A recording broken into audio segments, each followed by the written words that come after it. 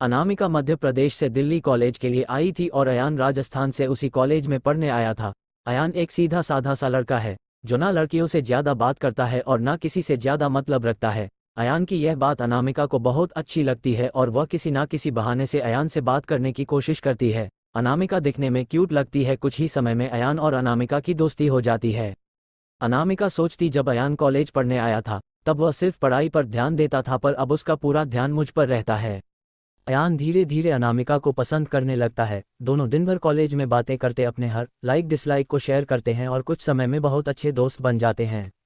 अयान की लाइफ में पहले कभी कोई लड़की आई नहीं थी, जबकि अनामिका के पहले दोस्त थे और वह सबसे बात करती है। अयान को ये पसंद नहीं था। एक दिन बातों ही बातों में अयान अनामिका को अपने दिल की बात बता देता है। अनामिका उससे एक दिन का वक्त मांगती और कहती है, मैं कल तुम्हें इसका जवाब दूंगी।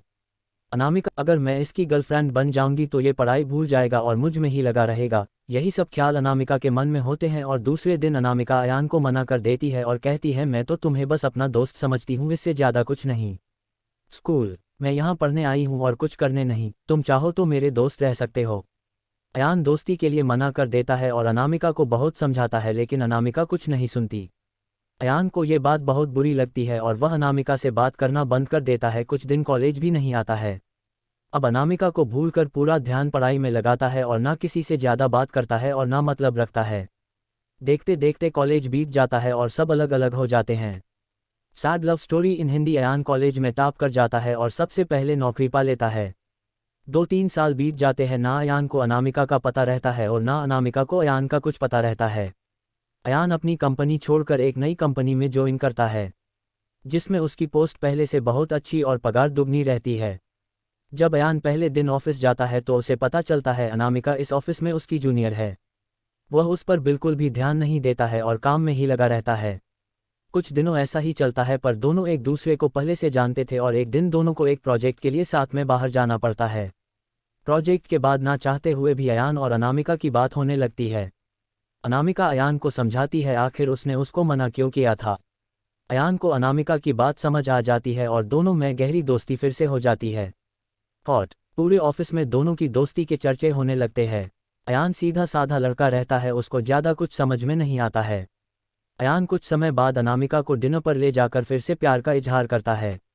अनामिका इस बार अयान से मना नहीं करना चाहती, पर उसके पास कोई चारा नहीं है क्योंकि कुछ ही दिनों में उसकी शादी होने वाली रहती है। अनामिका अयान को अपनी शादी की बात बताती है। इस बार अयान का दिल पूरी तरह टूट जाता है। वह बिना कुछ कहे वहां से चला जाता है। अनामिका रात में सोचती है कि अयान से अच्छा लड़का मुझे कभी नहीं मिलेगा। वह फैसला करती है कि कल अयान को हाँ कर दूंगी और मम्मी पापा को अयान से शादी के लिए मना लूंगी। जब दूसरे दिन अनामिका ऑफिस जाती है तो उसको पता चलता है कि अयान ऑफिस छोड़कर चला गया और दोबारा कभी कंपनी में नहीं आएगा। जाते जाते अयान अनामिका को एक खत लिख जाता है, जिस दिन मैंने तुम्हें देखा था उसी दिन से मैं तुमसे प्यार करता हूँ। मैं तुम्हें जिंदगी में कभी नहीं भूल पाऊंगा। तुम जहाँ भी रहो, जिसके साथ भी रहो, खुश रहो। अब इस जीवन में इस दर्द के साथ ही जिंदा रहूंगा। मैंने हमेशा तुमसे प्यार किया है और केवल प्यार किया है। तुम मेरी जिंदगी में आने वाली पहली और आखिरी लड़की हो। अब ना मेरी जिंदगी में कोई आएगा और ना मैं किसी को आने दूंगा। मैं बस अब तुम्हारी यादों में रहूंगा। आज के बाद पूरी जिंदगी में तुम्हें कभी अपनी शक्ल नहीं दिखाऊंगा। बस भगवान से यही दुआ करता हूँ, तुम जहाँ भी रहो खुश रहो और शादी के लिए बहुत बहुत शुभकामनाएं। अनामिका अयान को खोजने की बहुत कोशिश करती है, पर कई साल के बाद भी उसको अयान नहीं मिलता और वह अपने माँ बाप की पसंद के लड़के के साथ शादी कर लेती। इस तरह दोनों हमेशा हमेशा के लिए एक दूसरे से बिछड़ गए और दर्द के साथ अपनी ज़िंदगी व्यतीत करते हैं। दोस्तों, आपको हमारी sad love story in Hindi कैसी लगी हमें कमेंट करके ज़रूर बताएं। धन्यवाद।